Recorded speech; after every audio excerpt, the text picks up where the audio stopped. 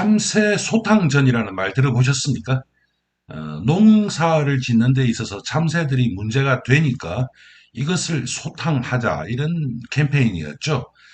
캠페인으로서는 얼마든지 가능한 얘기입니다. 그런데 이거를 위해서 전 중국이 달려들었고 그리고 매일매일 우리가 참새 몇 마리를 죽였는가, 잡았는가, 그것을 증거까지 제출을 하고요. 거기에 더해가지고, 베이징에 참새 소탕 본부 사령부까지 등장을 했습니다. 누가 보더라도 이게 정상적인 상황은 아니었던 것이죠. 다음 하나 더 보시죠.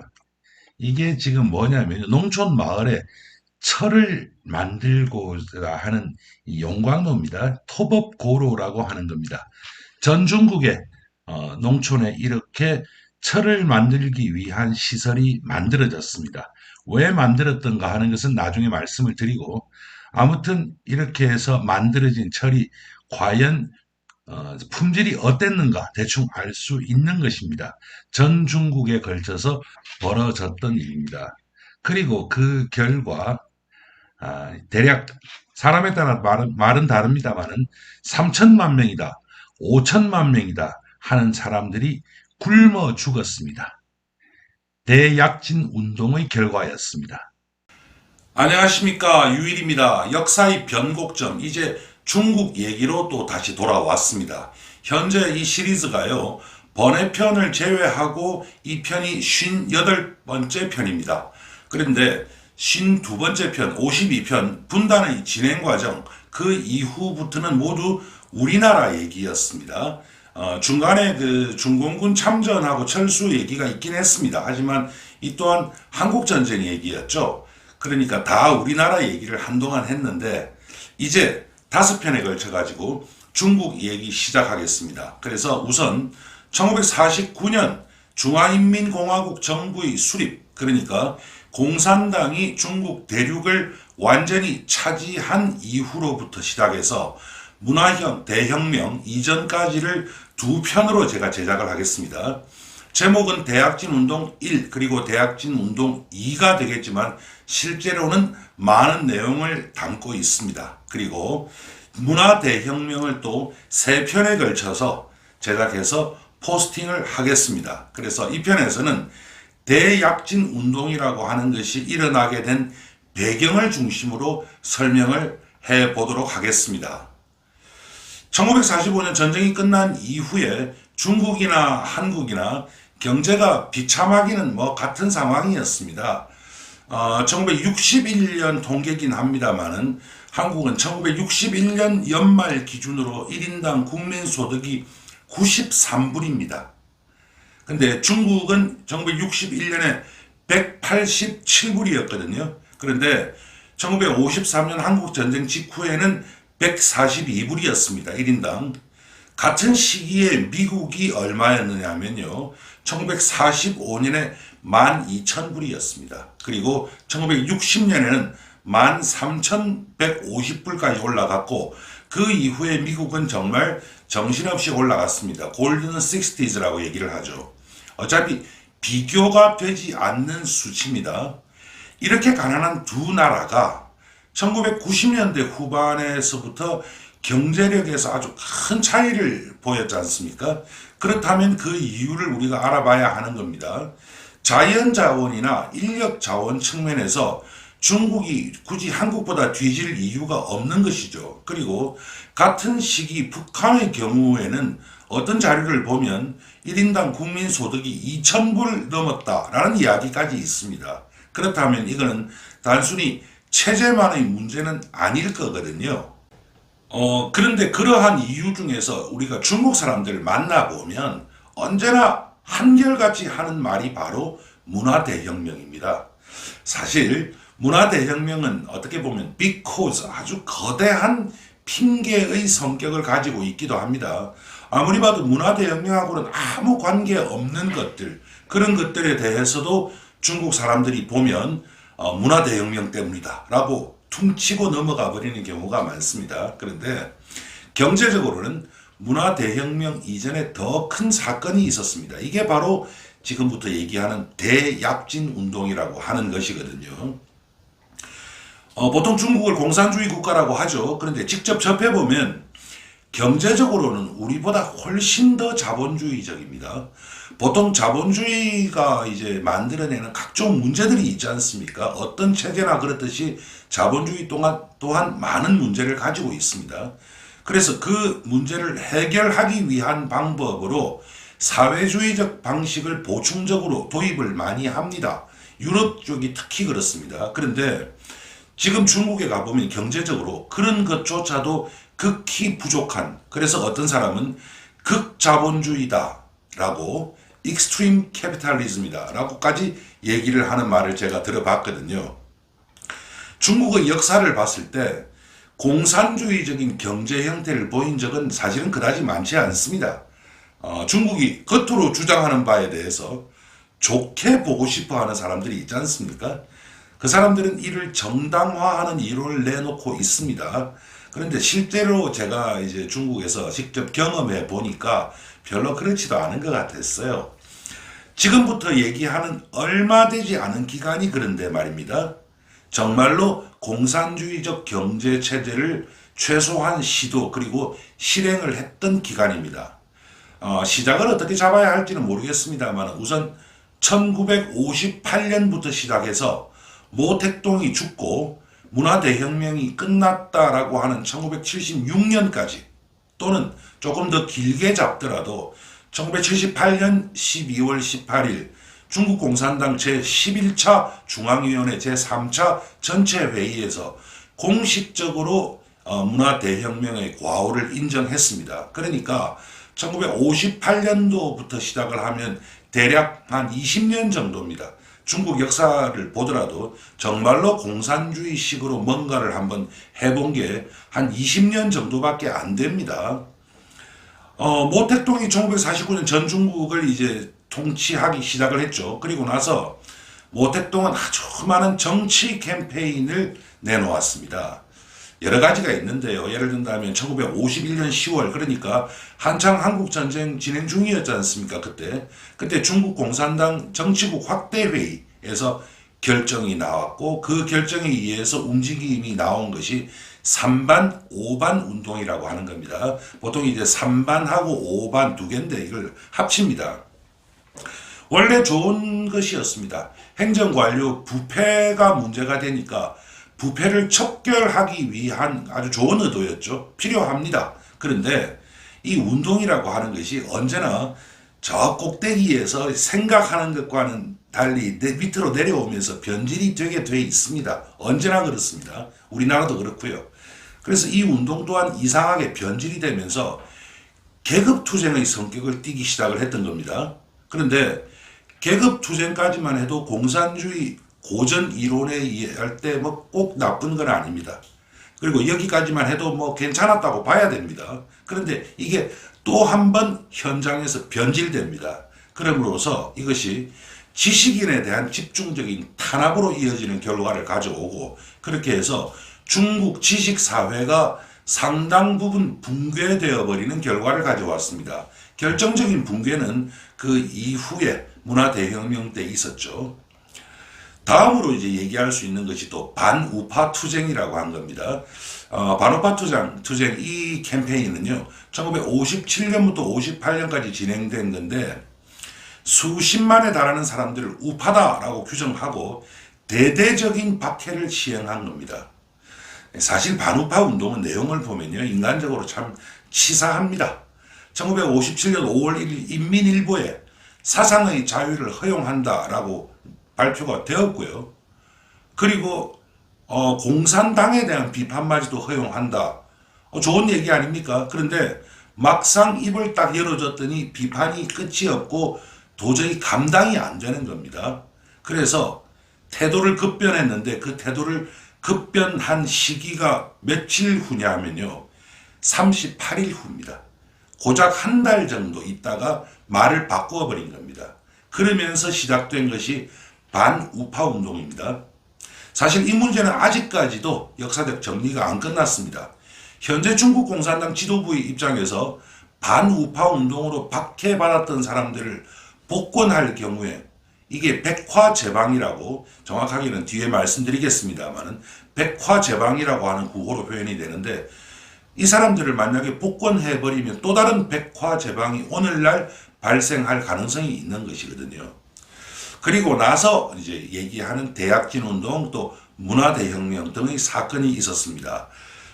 말을 좀 거칠게 한다면 쉽게 말을 해서 중국이라고 하는 나라가 뭔가 이제 다시 이제 일어설 수 있는 기회를 잡는가 하더니 다시 좀 거칠게 얘기해서 맛이 가는 장면이 되겠습니다. 근데 이러한 캠페인들 중에서 가장 참혹하고 가장 큰 영향을 끼친 것이 바로 문화대혁명입니다. 그런데 그 문화대혁명의 시작이 바로 대약진 운동입니다. 저는 개인적으로 도대체 이게 누구 머리에서 나왔는지 참 궁금합니다.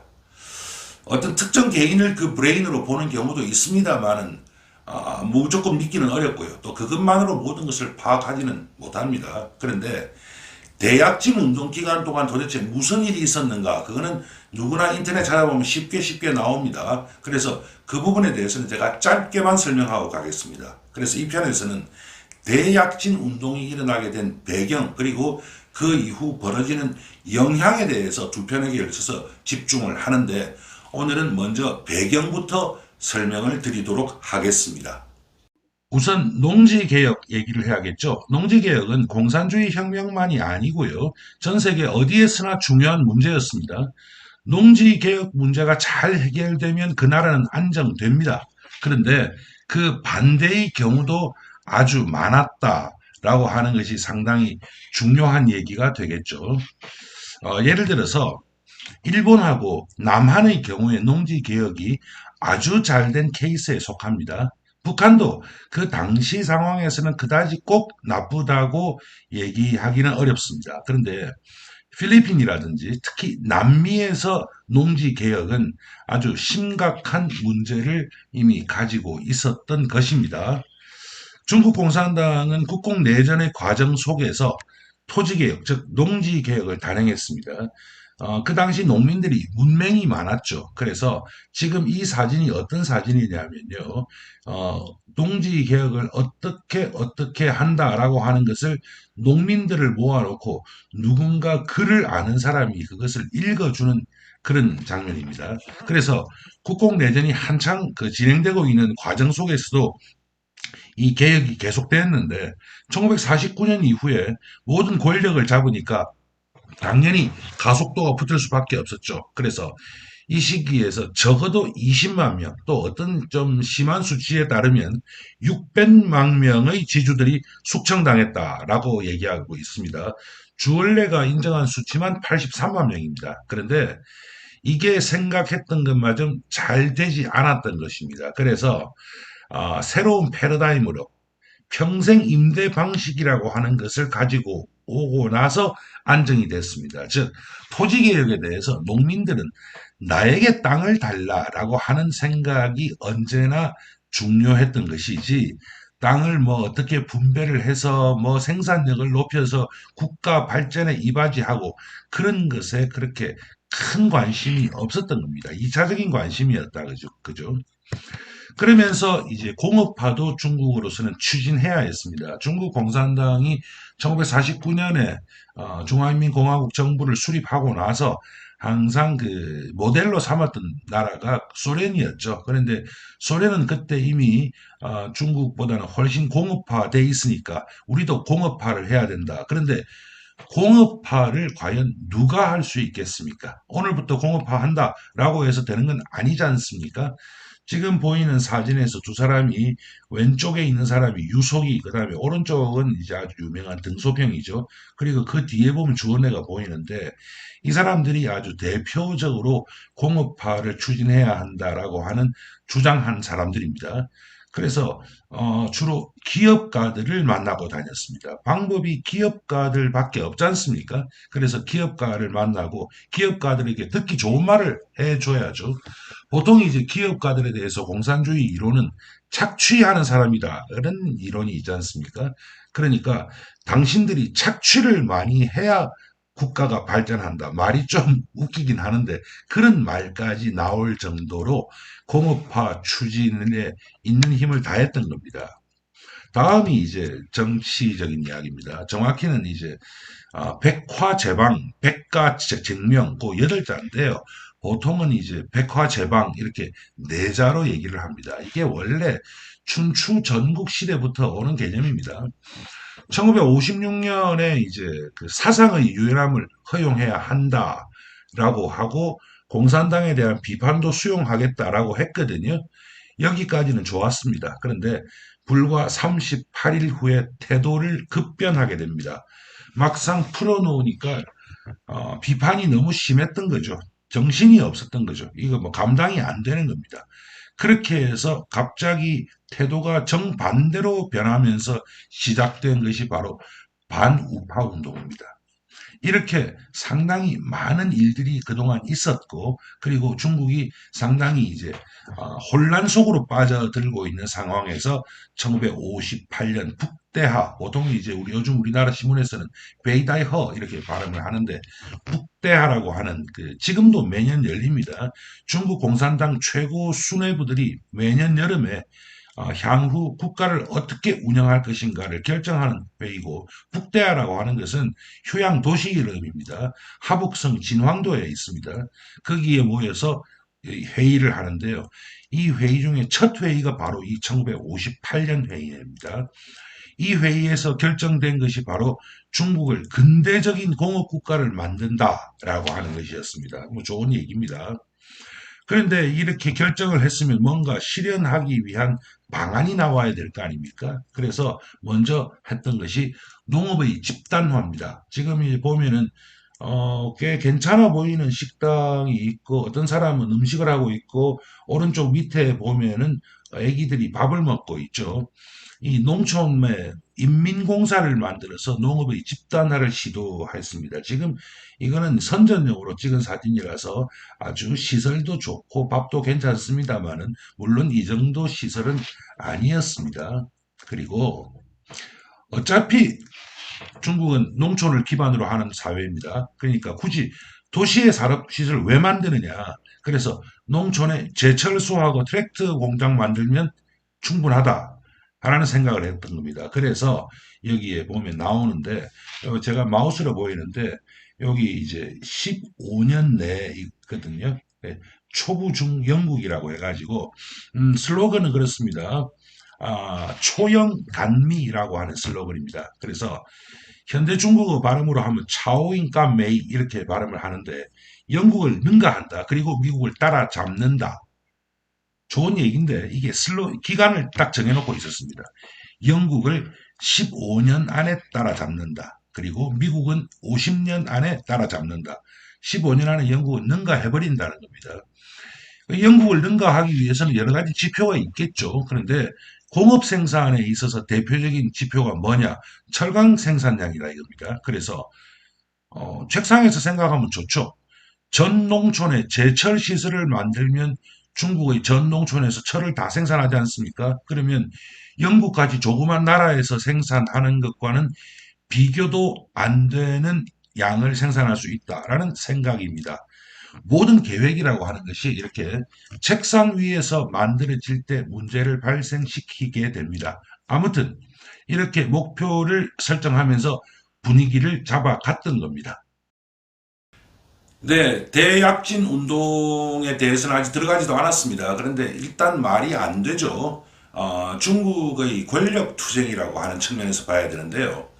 중국의 권력 투쟁을 보는 시각이 여러 가지가 있습니다. 그런데 먼저 중국적인 삼권 분립이 무엇인가부터 생각을 해봐야 됩니다. 우리는 보통 삼권 분립 이러면은 당연히 입법, 사법, 행정 이 세 개의 권한이 그러니까 권력이 분리되어야 한다라고 알고 있지 않습니까? 이것이 프랑스의 몽테스키에서부터 나온 아주 고전적이면서도 지금까지 그 누구도 그 가치를 인정하지 않을 수 없는 그러한 명제입니다. 그런데 중국에서 보통 삼권 분립이다 하는 경우에는 좀 다른 얘기를 많이 합니다.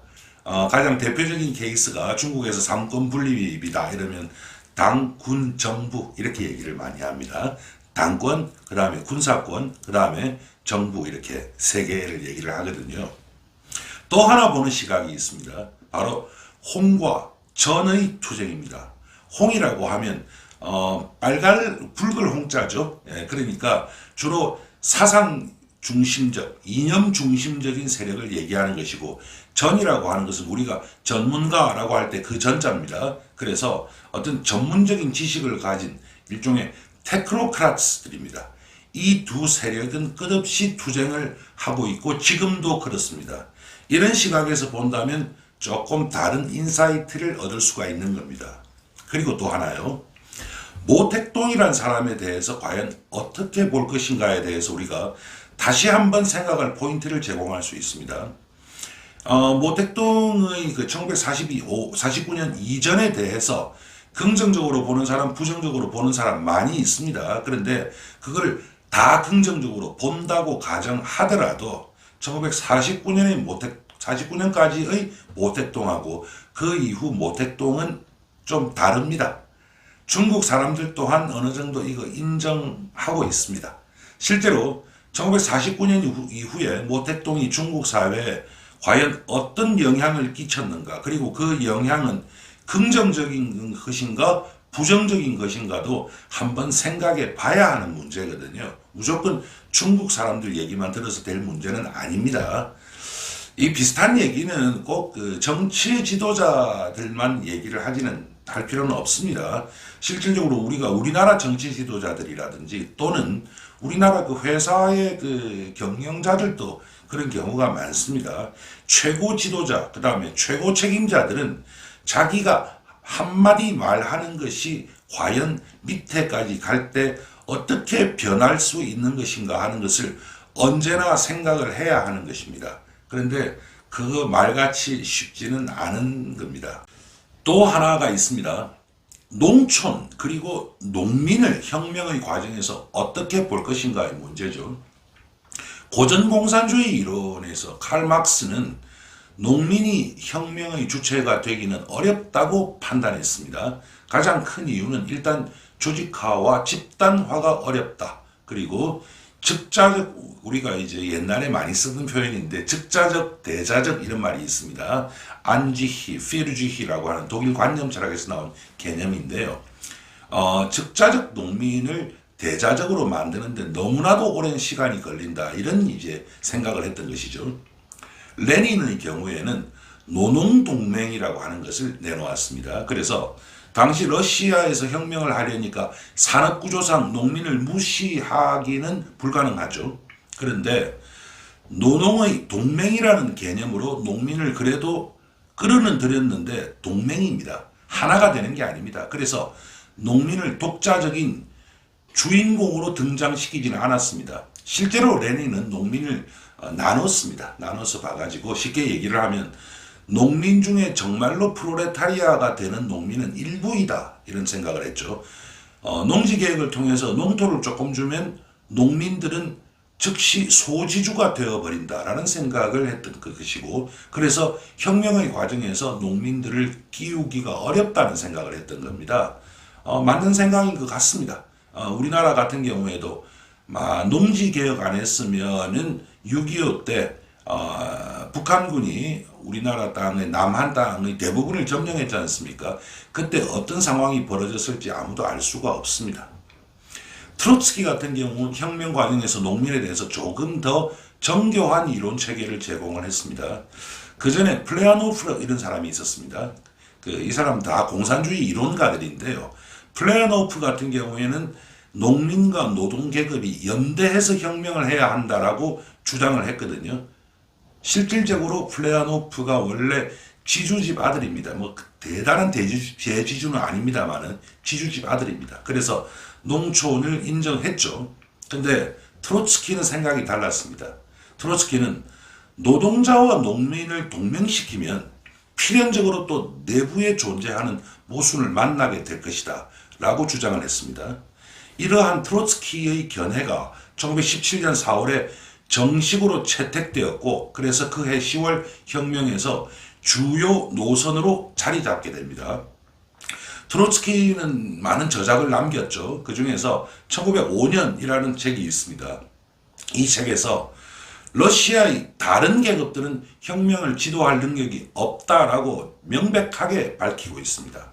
그래서 농민에 대해서도 트로츠키가 뭐라고 했느냐 하면 생산 관계 때문에 농민들은 사회적 정치적 응집력이 발전할 수 없다라고 얘기했습니다. 제일 처음에 칼 막스가 봤던 것을 조금 더 명료한 말로 표현을 한 것이죠. 이 얘기는 사실 길게 가면요 연속혁명론하고 관계된 깊은 얘기가 되므로 요 정도에서 제가 생략을 하도록 할게요. 근데 중국 경우는 다르죠. 우선 노동계급이라고 할 만한 세력을 형성할 노동자들의 절대적인 숫자가 부족했습니다. 공장이 별로 없었으니까요. 산업구조의 후진성 때문에 그런 겁니다. 또 중국 혁명 과정에서 국민당 그리고 그 이후에 들어온 일본군은 주로 도시를 중심으로 장악을 했거든요. 그 상황에서 중국 공산당은 농촌을 근거지로 삼을 수밖에 없었을 겁니다.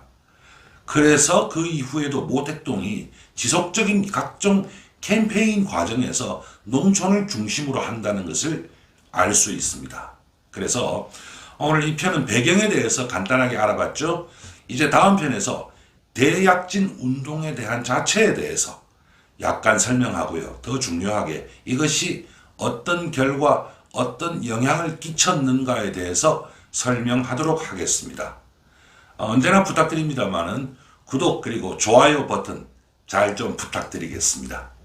감사합니다.